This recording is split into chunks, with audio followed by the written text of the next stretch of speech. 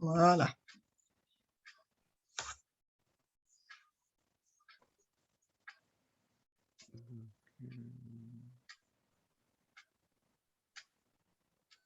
Voilà. Hmm. Voilà, donc psaume de David à l'occasion de sa fuite devant Absalom, son fils. Ô Éternel, que mes ennemis sont nombreux, quelle multitude se lève contre moi. Combien qui disent à mon sujet plus de salut pour lui auprès de Dieu. Pause. Mais toi, ô Éternel, tu es mon bouclier, tu es ma gloire et tu relèves ma tête. De ma voix, je crie à l'Éternel et il me répond de sa montagne sainte. Pause. Je me couche et je m'endors, je me réveille, car l'Éternel est mon soutien. Je ne crains pas les myriades de peuples qui m'assiègent de toutes parts. Lève-toi, Éternel, sauve-moi, mon Dieu, car tu frappes à la joue tous mes ennemis, tu brises les dents des méchants. Le salut est auprès de l'Éternel, que ta bénédiction soit sur ton peuple. Pause. Téhilim 3. Voilà, donc, Oh, c'est joli. une petite illustration, oui.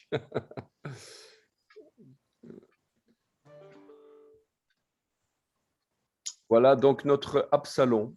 Ah oui, quand il a été pris dans les feuilles et que… Moi, cette histoire d'Absalom, tout au début, quand je me suis converti, que je lisais ma Bible d'une traite, comme on fait tout le monde, hein, comme ça, Ouais. ça m'a ébranlé. Cette histoire d'Absalom, ça m'a ébranlé. Parce que, en fait, j'étais père depuis pas longtemps. C'était quand? C'était en 86, donc mon fils, il avait 5 ans. Donc, mon fils avait 5 ans. Donc, Oui. ça m'a vraiment touché parce que David qui pleure, qui voit son fils partir vraiment du mauvais côté, et ça m'a vraiment fait mal, quoi. Hmm. Et voilà David qui est complètement abattu. Malheureusement pour lui, il est roi et il ne peut pas rester comme ça. Eh ben oui, D'ailleurs, on lui a fait la remarque. tout à fait. Ouais, ouais. Alors, on va lire ici, psaume de David à l'occasion de sa fuite devant Absalom, son fils. Donc, je crois que je l'ai remis ici. Oui, voilà. Alors, Mizmor les David, Bevacho, Bevarcho, Bevacho, Mipene, voilà. Avshalom, ben oui, Absalom, Beno, Béné, voilà. Beno. Beno. Donc, Mizmor, bon, on l'avait déjà vu. Donc, Oui, évidemment, c'est les ça. psaumes, c'est toujours pareil. Il y a plein de choses qui reviennent. Une fois qu'on l'a fait, ben, ça revient, ça revient, ça revient. Oui, oui, oui, oui. Donc, Mizmor, ça vient de mi ou me et zamar. Zamar, qui veut dire psaume, cantique, mélodie, chant, Oui, ça veut dire beaucoup de choses. voilà. Mhm. C'est une contraction mi-zamar, donc en provenant de, et zamar, qui veut dire aussi en plus, taille et lagage. Donc, zamar, avec l'idée de frapper. Donc, pourquoi est-ce qu'il y a élagage? Ben justement parce que ce chant est plutôt relié au fait de jouer un instrument avec les doigts. Et c'est pour ça qu'on dit frapper avec les doigts. Zamar, célébrer, louer, mais frapper avec les doigts. Chanter, célébrer, faire retentir, chanter en parlant en paroles coupées. Et quand on parle de coupe, d'élagage, c'est parce que on décortique les paroles. Hmm. Compter et mesurer. En fait, l'idée, c'est de compter et mesurer chaque mot.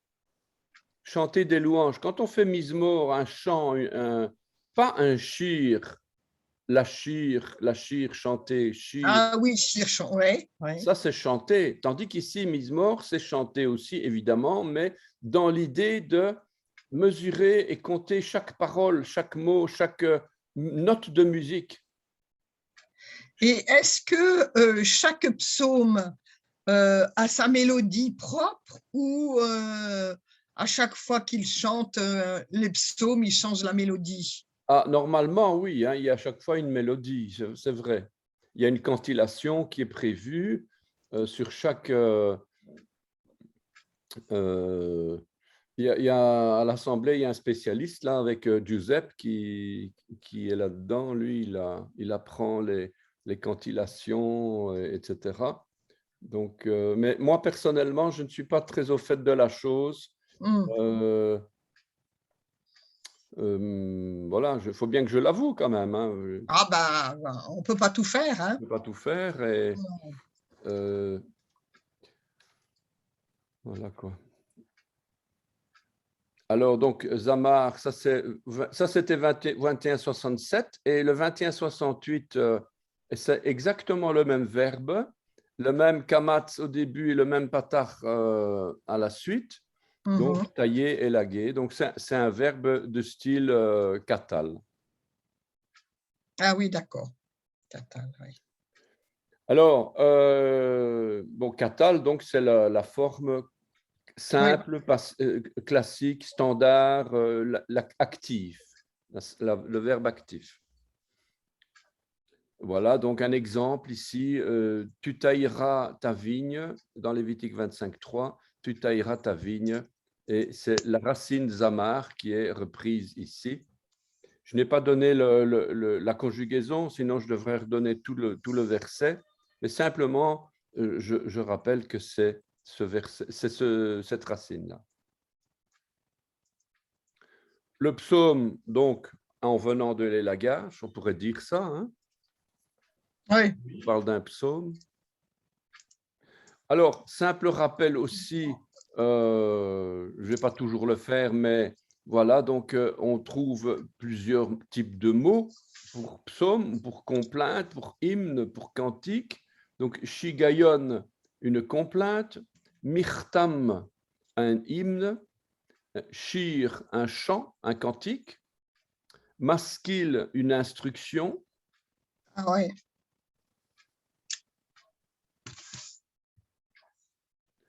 Le psaume mismor et le couteau à élaguer, masmera, donc pour dire, on avait déjà vu dans les objets, dans le cours, j'ai à un moment donné, je montre des objets de jardinage. Mhm. Et un de ces objets, c'est justement le masmera, la masmera. D'accord. Ah voilà, ok.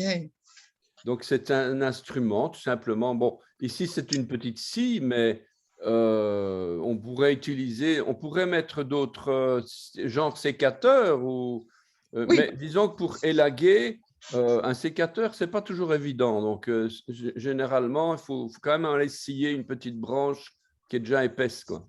mm. Bon, maintenant,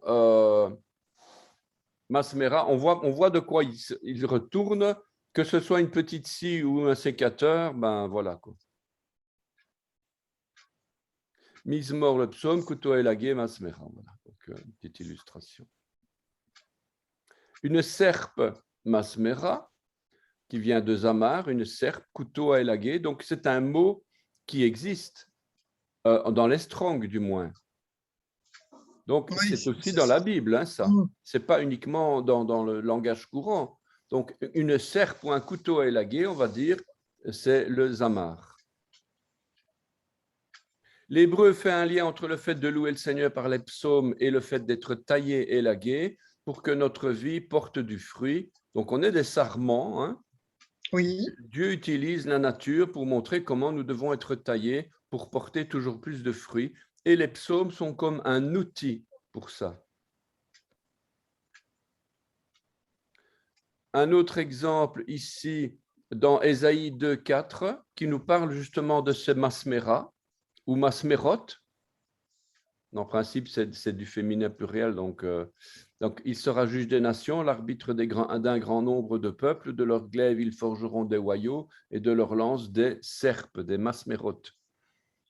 Donc, on voit bien qu'il y a un lien direct. Mm. Une nation ne tirera plus l'épée contre une autre et on n'apprendra plus la guerre. Dans la guerre, quand la guerre contre les puissances des ténèbres est terminée, alors un autre combat commence, celui entre la chair et l'esprit. Ouais, ouais. Bon, je mets l'un après l'autre, mais bon, c'est pas. Oui et non, en fait. C'est l'un ou l'autre, l'un avec l'autre, l'un pendant l'autre. Donc, l'un ne va pas sans l'autre, en fait. Le combat contre la chair et l'esprit, c'est un combat spirituel, déjà. Non, tout à fait. Ben, disons que quand l'ennemi ne peut plus nous atteindre spirituellement, vraiment, dans notre âme ou par des pensées, parce qu'on ne se laisse plus on ne se laisse plus avoir comme un bleu. Oui, À ce moment-là, ben, le diable, il va utiliser là où l'ennemi a plus facile, ben, c'est notre chair, quoi. et oui. Et notre chair est représentée par les 5 sens. Les 5 sens qui sont justement des ouvertures Tout à fait, par lesquelles ben, le diable essaye de s'introduire. tout à fait. Ce n'est que quand la guerre est finie que le glaive de Dieu va nettoyer nos vies pour nous faire porter toujours plus de fruits. L'épreuve de Dieu et les attaques de l'ennemi sont deux choses différentes. Ce que nous venons de voir, oui, bon, il faudrait peut-être que je reprenne mon cours en main, puisque avec le temps, on se rend compte que Dieu est souverain même dans toutes choses.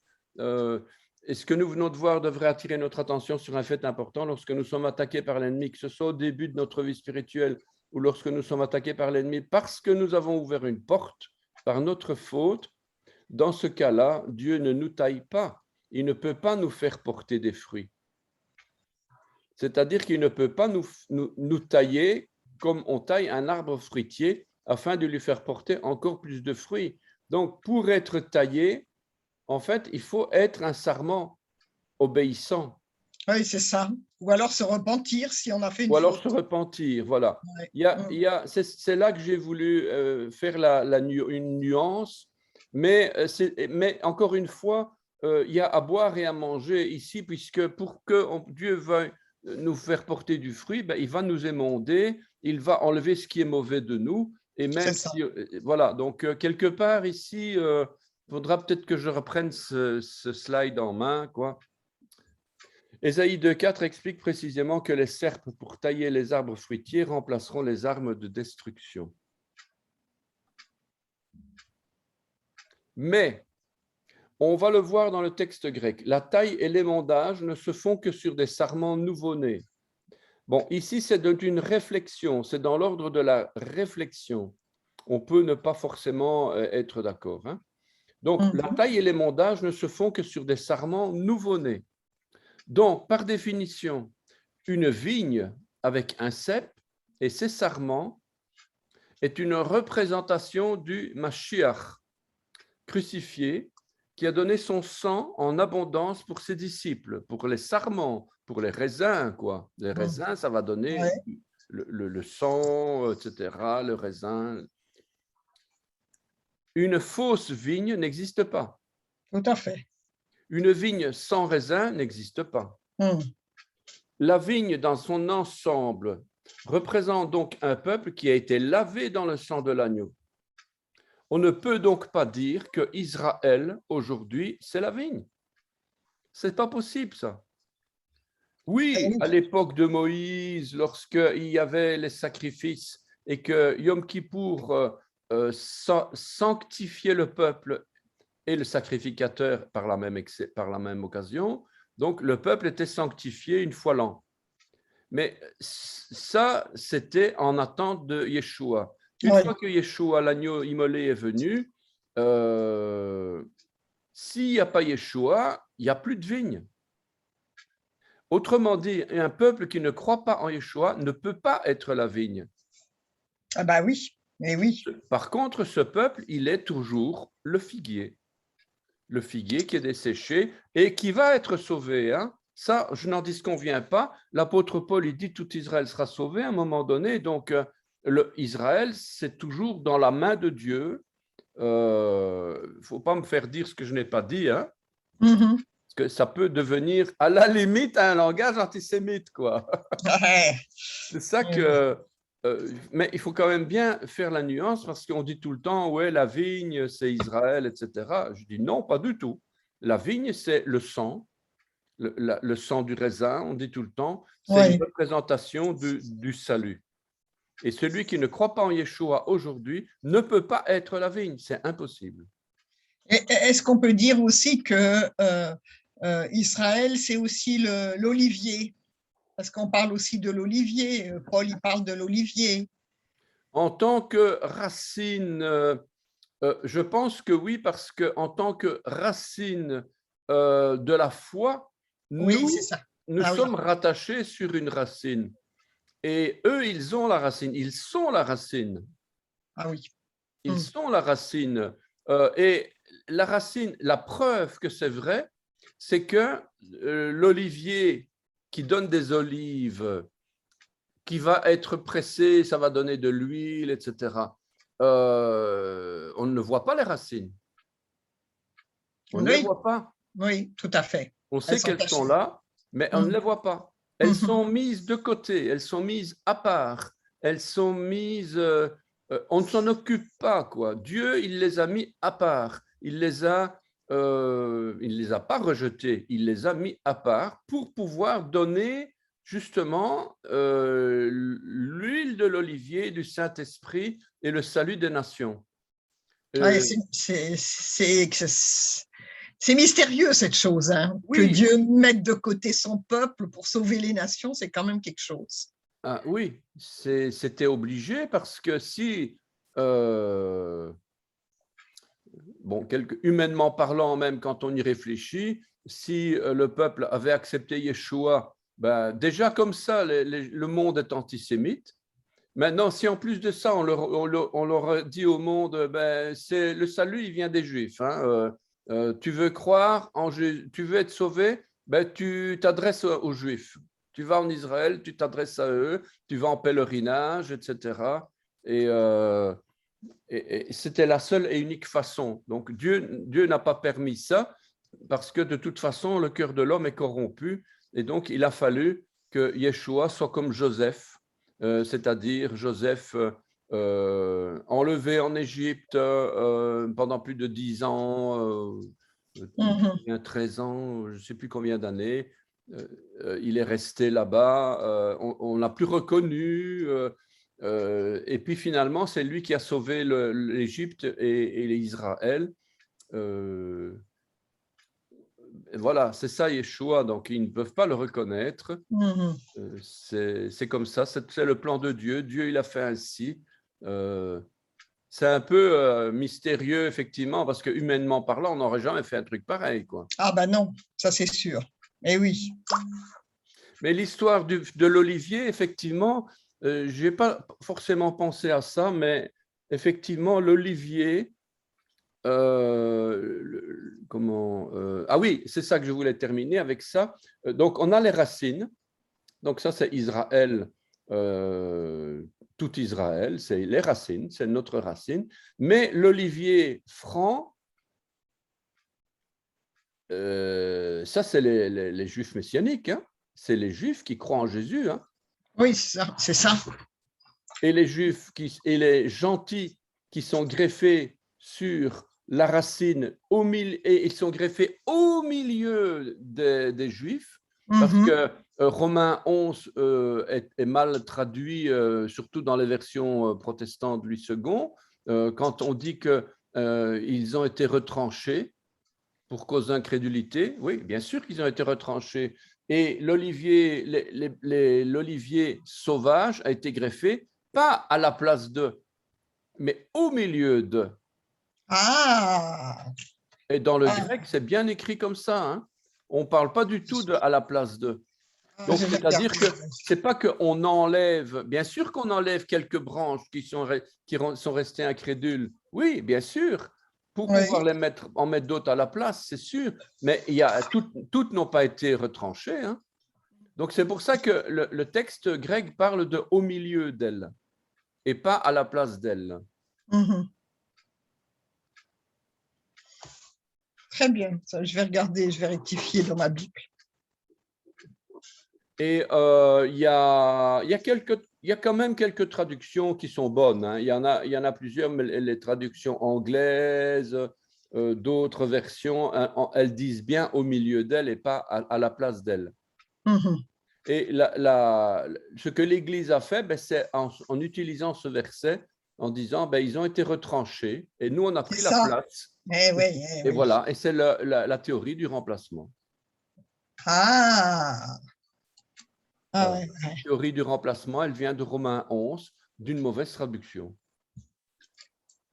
Mais bon, c'est même hypocrite quelque part de penser ça, parce que dans le verset qui suit, c'est même écrit clairement.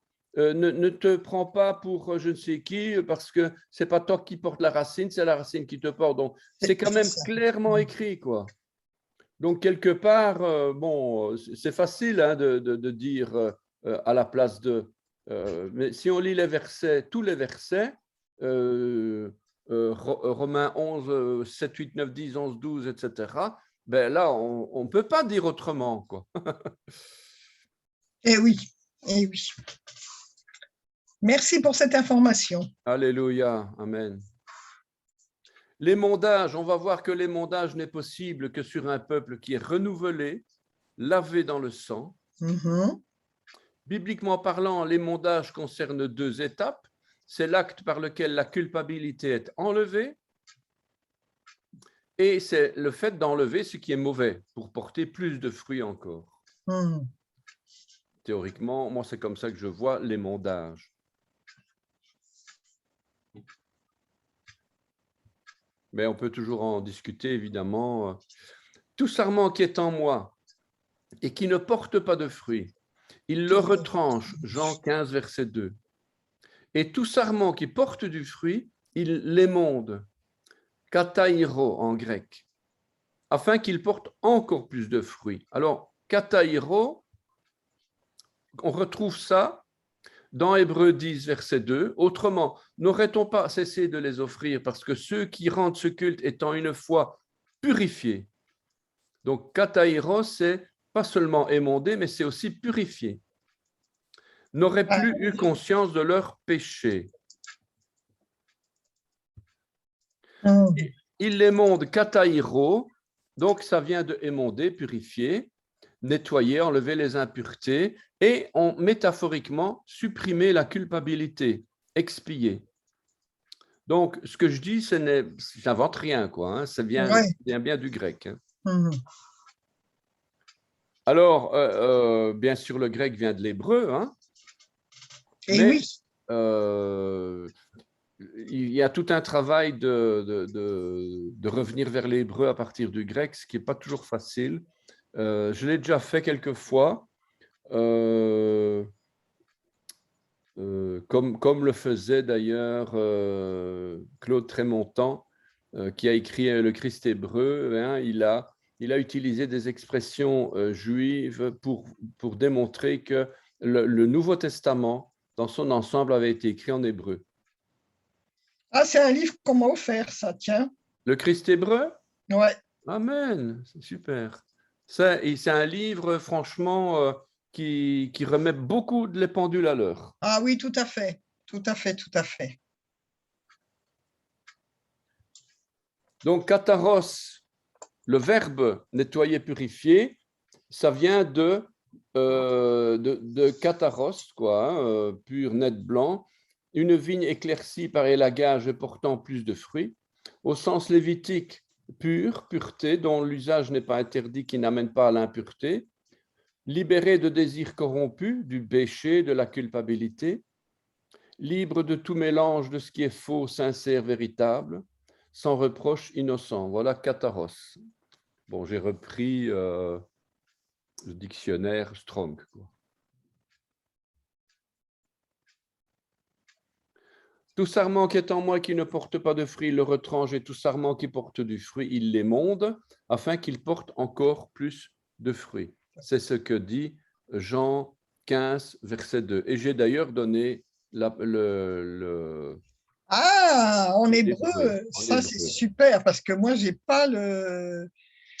Enfin, j'ai des Nouveaux Testaments en hébreu, mais je ne sais pas lequel est le bon. Alors, tout sarment, je ne sais pas si j'ai mis Kol Zemora. Kol Zemora. Zamar. Eh oui. Zemora, Comme c'est Zamar. marrant que c'est la même racine que Zamar. Oui, tout à fait. Ouais. Ça vient donc branche, cep, rameau, sarment, brindille, jeune branche en général. Zamar, taillé, lagué, voilà. C'est la même racine.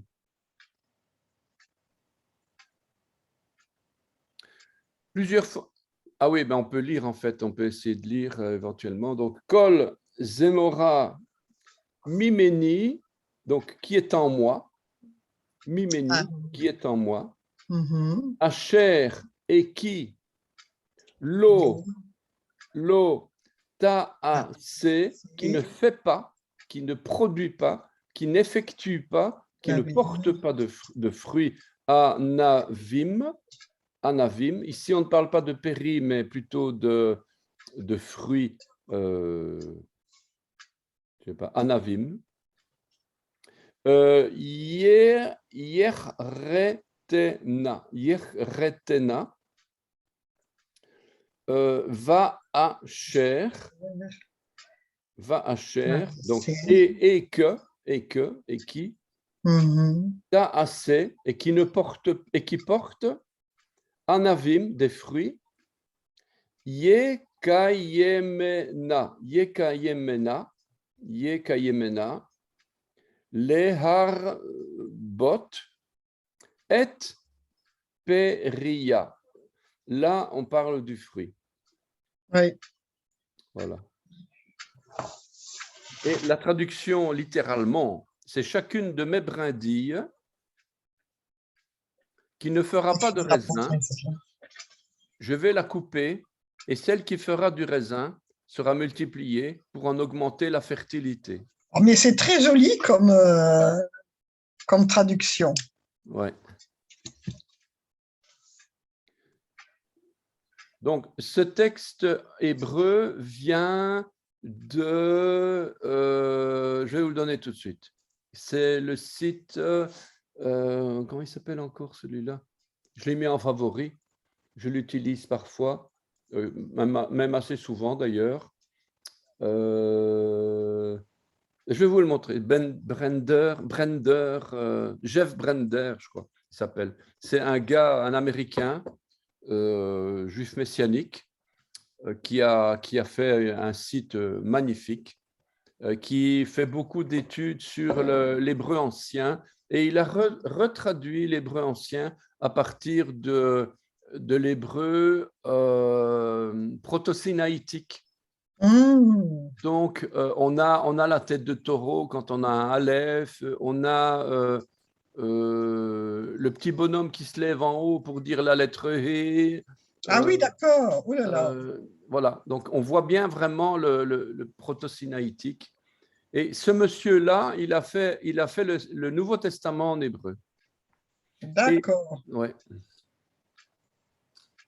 Donc, comment tu dis qu'il s'appelle, Brett? Ben, je vais le sortir. Je vais aller le chercher. Après, je reviens.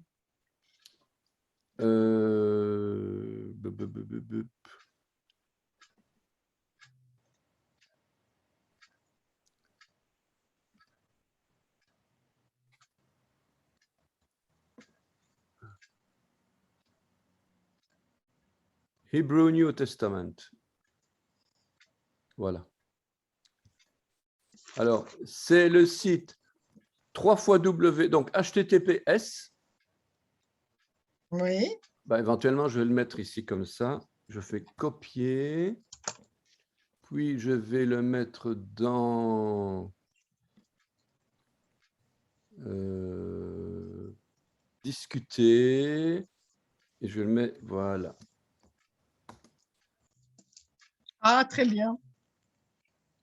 Voilà, donc ancient-hebrew.org. D'accord. Il n'y a pas que le Nouveau Testament, hein, il y a... Donc, où est-ce que je suis là? Ah, voilà, ici. Et donc, voilà. Comment faire? Ben, alors, on remonte. Moi, je vais dans, donc voilà, Ancient Hebrew Research Center. Il a mis le Aleph d'ailleurs. Ah oui, d'accord. Ah, c'est ça, ça représente le Aleph. D'accord.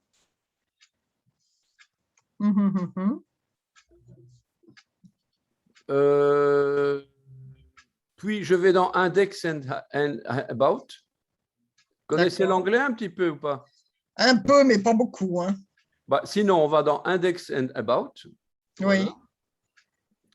Et puis, par exemple, je veux aller chercher, qu'est-ce qu'il a dit Jésus à la croix? Oui. C'était, bah, je ne sais plus maintenant.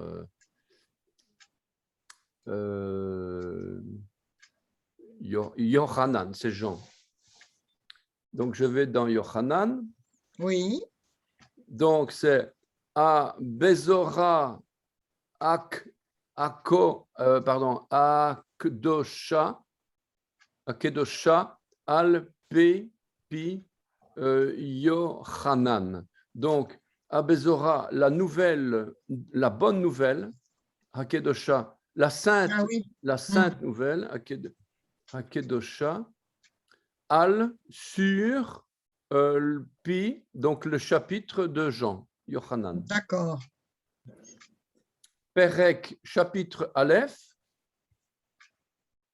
Et après, on peut Perek, aller… chapitre Bet, etc. Évidemment, il y a intérêt à connaître les versets parce que ici, par exemple, Kaf Bet, ben, c'est 22.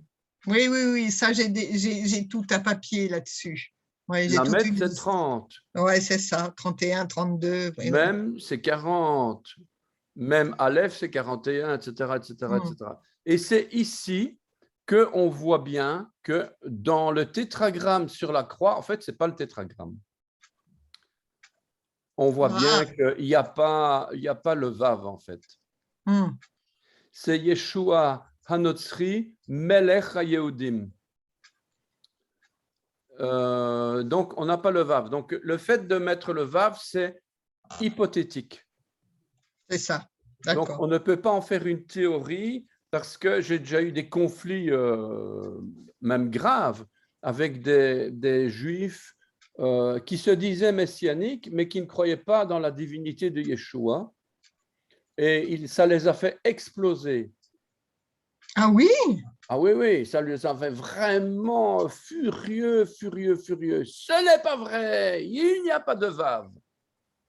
Alors, bon, quoi, on ne va pas faire de débat houleux, alors que le Vav, en fait, il n'est pas repris dans le texte, mais il est nécessaire grammaticalement. Ah, c'est ça. Parce que c'est deux états différents. Yeshua Notzri, Jésus de Nazareth, c'est un état. Oui. Et le deuxième état, c'est le roi des Juifs. C'est deux choses totalement différentes.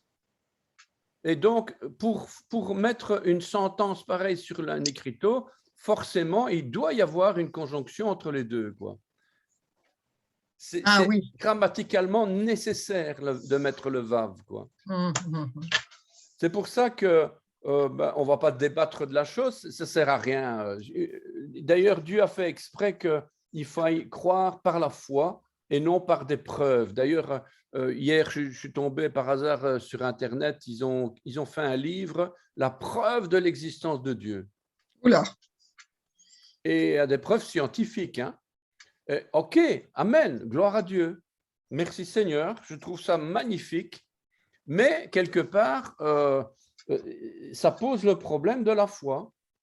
Et oui. Et que, sans la foi, il est impossible de plaire à Dieu. Alors, bon, essayez de prouver aux gens qui ne croient pas. Tu vois bien, c'est écrit, voilà, la science, elle le démontre, etc.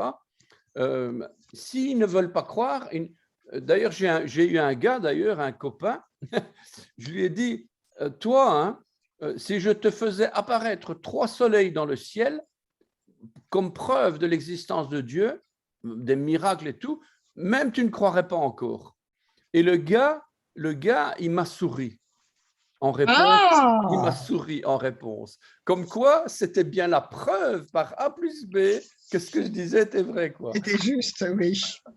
Enfin, voilà, donc Alors, j'avais découvert, donc je ne sais pas si c'est tout à fait juste, à l'occasion, peut-être que vous pouvez me dire, que quand Jésus dit « tout est accompli », en fin de compte, il ne dit pas « tout est accompli », il dit comme Dieu dit quand il a terminé la création, il dit qu'il a tout achevé.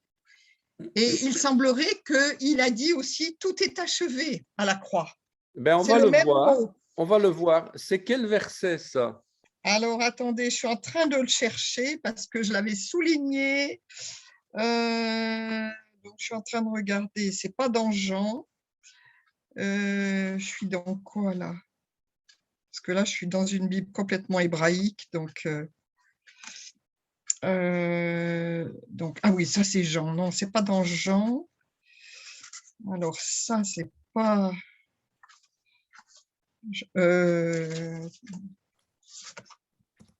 Tout est accompli. accompli. Alors, est-ce que c'est Matthieu? C'est Jean 19, 30.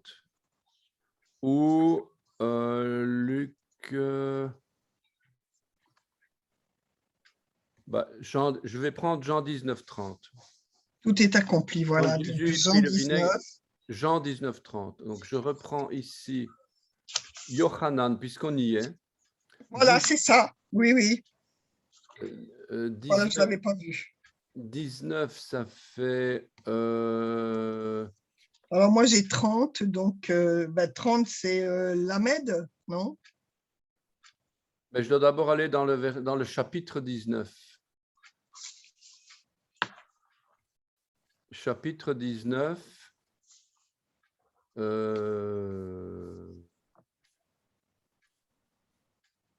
C'est combien 19? Alors, c'est Yod tête. Yod tête. Oui.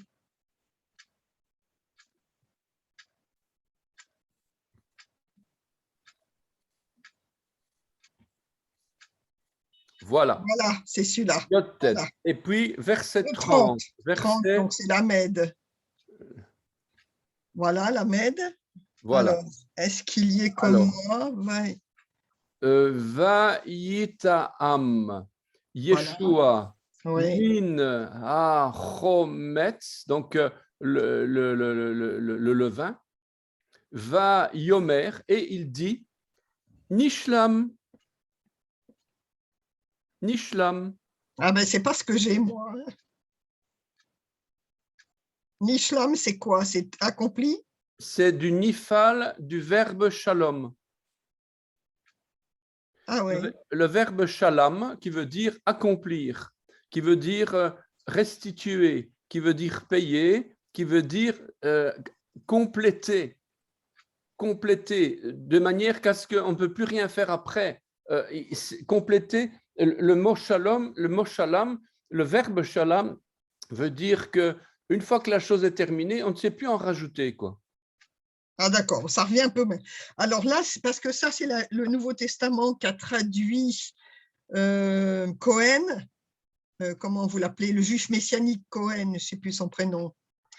Oui, comment il s'appelle? Oui, Le Nouveau Testament de… Oui, oui, oui. Et qu'est-ce qu'il dit, lui? Lui, il dit, alors donc, il dit Yaïkar, Yeshua et Arometz, Vayomer, Kula. Et Kula, c'est la même chose que quand Dieu achevait. Kula, Ve'et, non, oui, Ve'et, et, Vosho, Vayapeked, et, Rouro. Roucho, oui. Oui, ben, Shmuel, il me l'a bien montré. Lui, il a un Nouveau Testament en hébreu moderne. Comme nous, on a une Bible en français courant. Ah, d'accord. OK. Eh ben, eux, c'est pareil. Ils ont de l'hébreu courant. Ah, OK, d'accord. Alors, voilà. C'est Cohen, je ne sais plus comment il s'appelle. J'ai des trucs à lui, là. Oui, c'est le Nouveau Testament. C'est celui qui fait l'école de Yeshua. Ouais, d'accord. Ah, ouais, mais je ne suis pas forcément d'accord avec tout ce qu'il dit, hein, lui. Alors, je ne sais pas, j'ai assisté une fois à ces conférences. Ah, c'est bien ce qu'il fait, hein, attention, hein. On est Voilà, en train donc il a traduit, je ne sais pas si vous voyez, Oui. Mais en tout cas, je ne sais pas d'où il sort ce. Et c'est quoi? Quel mot il utilise? donc il C'est utilise Koulam? Kula. Je ne sais pas d'où il sort ça, hein. Alors, je ne sais pas, mais c'est le même mot que quand Dieu dit qu'il a fait le ciel, qu'il s'est terminé, quand il dit qu'il a fini le 6e jour. Donc, ça, c'est pas tout à fait là. Donc, quand furent achevés, voilà, le 2, verset 1, il semblerait que c'est la même chose. Donc, c'est Genèse 2, 2, verset 1. verset 1. Je vais voir avec la Sépharim.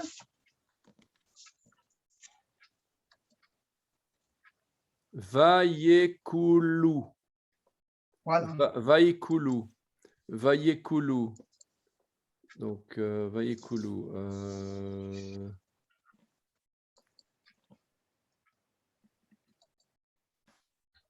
C'est du poual, troisième personne, ok. Et c'est le verbe kala. Kala, achevé. C'est ça s'écrit. Il l'a écrit comme ça dans le Nouveau Testament. Ah, d'accord. Ah, bon, bah, en tout cas, c'est pas ce que l'autre. C'est pas ce que l'autre dit. Non, Donc, pas du bon, tout. Pas du tout. bon. C'était pour savoir si je pouvais me fier à cette traduction hébraïque, quoi.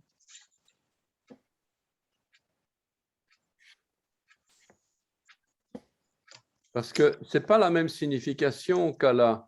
Kala, c'est et là, on va vite comprendre. Kala, qu'est-ce que ça veut dire kala? Le kala, ça va d'ailleurs donner l'épouse. Oui, c'est vrai. Oui. Et pourquoi est-ce que kala est lié à le fait d'être éprouvé, d'être consumé, d'être épuisé, d'être exterminé, d'être détruit? En dessous, on parle vraiment être détruit. Oui, c'est ça. Pourquoi? Parce que l'épouse, c'est un instrument. Elle est un instrument entre les mains de Dieu. Elle est utilisée comme instrument. Une femme qui a un enfant, elle est transformée dans son corps. Elle n'est plus la jolie minette, etc., la belle petite fille, la belle jeune fille, etc. Pourquoi? Parce qu'elle a enfanté, elle a eu des enfants. Donc, l'épouse, à un moment donné, elle va être transformée par la naissance, par le fait de porter du fruit. Et elle est épuisée, elle est consumée, elle est utilisée vraiment comme un instrument. Et c'est pour ça que quand on parle d'accomplissement ici, il y a une mort derrière. Yeshua, lorsqu'il dit que tout est accompli, ce n'est pas dans ce sens-là. Il a accompli l'œuvre de rédemption. Il a accompli l'œuvre de salut. Bien sûr qu'il est mort, c'est certain. Mais ce n'est pas dans ce sens-là qu'il dit tout est mort, tout est terminé, tout est. Ah non, pas du tout, au contraire. Non, est-ce que c'est dans le sens qu'il a fait la volonté de Dieu et que le salut est accompli, enfin le rachat. Le rachat est accompli, le salut est accompli. Il a tout fait à la croix. C'est ça, c'est comme ça que je fait. comprends. Il n'y a plus rien à en rajouter, quoi. Voilà, il n'y a plus rien à rajouter. Un peu comme la création, il n'y avait plus rien à rajouter. Voilà, Dieu, il a tout fait. Tu ne peux plus rien ajouter. C'est plus possible. Il a tout fait. Et Yeshua, voilà, c'est dans ce sens-là. Ça, c'est shalom. Shalom, c'est accomplir. D'accord. D'ailleurs, on va le ressortir. Shalom. Voilà. Shalom.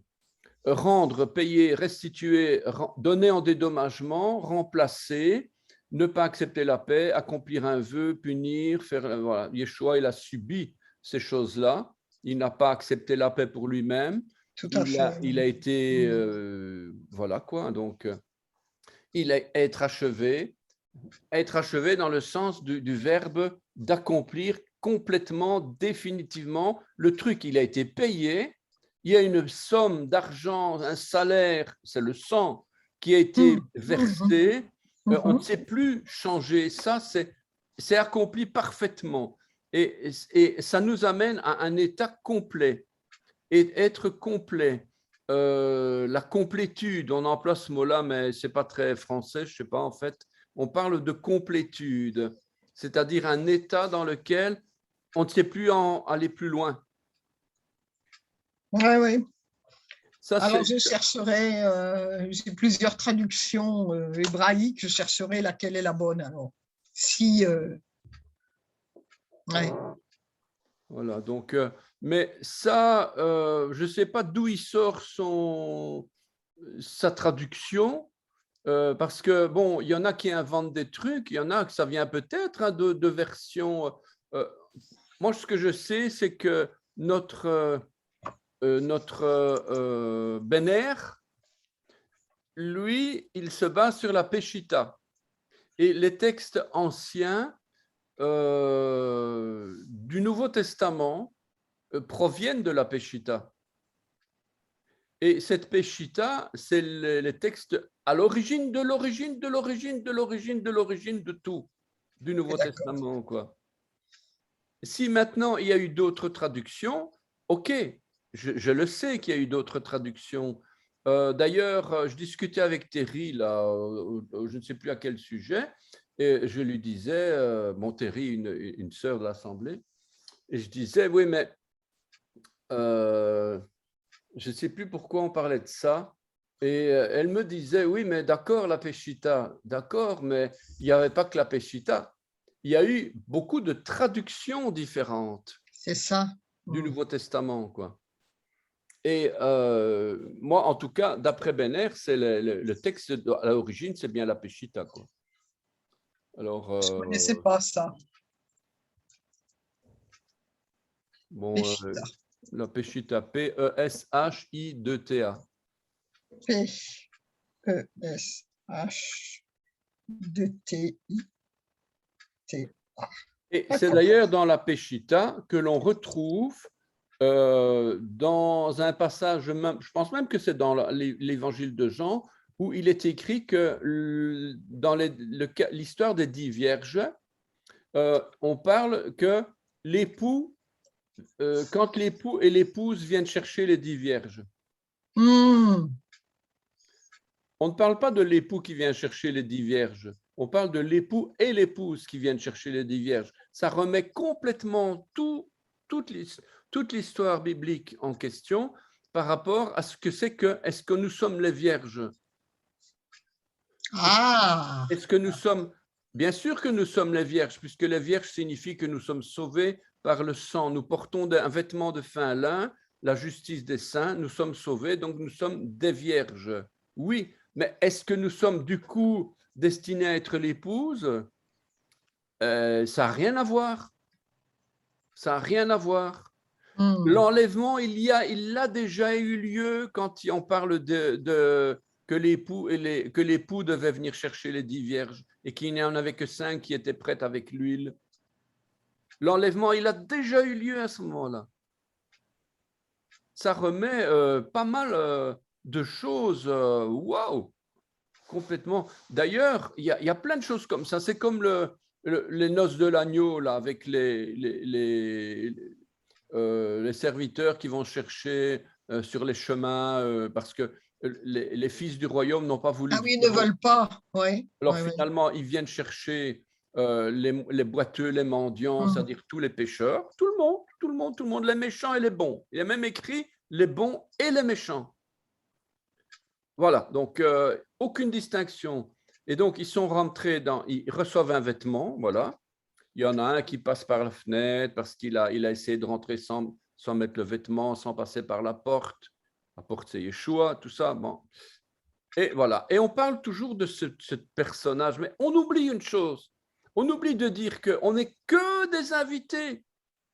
Et c'est qui la mariée alors? C'est qui celle qu'on dit l'épouse, la fameuse épouse de Christ? Elle n'est même pas là, on n'en parle même pas dans cette histoire-là.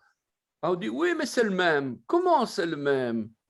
Les invités et c'est les épouses? Attends, on mélange les pinceaux, quoi. Les chrétiens, ils croient que parce qu'ils sont invités, du coup, ils deviennent l'épouse. Ça n'a rien à voir. L'épouse, c'est quelqu'un d'autre. L'épouse, c'est... moi, j'espère bien faire partie de l'épouse de Christ.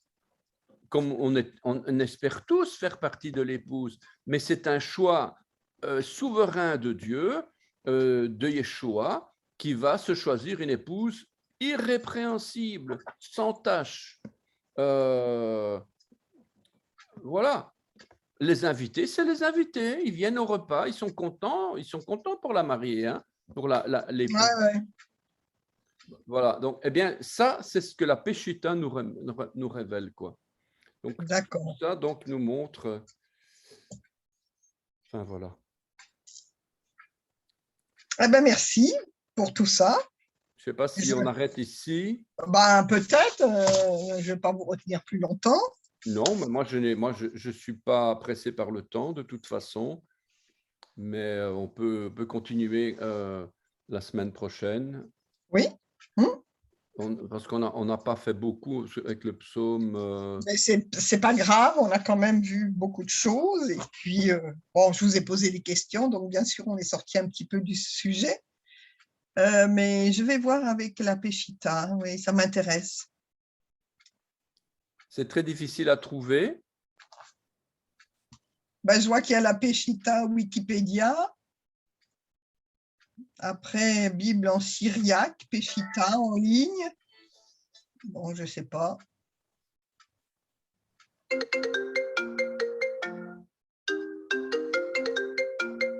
Allô? Je te rappelle dans 2 minutes. Tout de suite.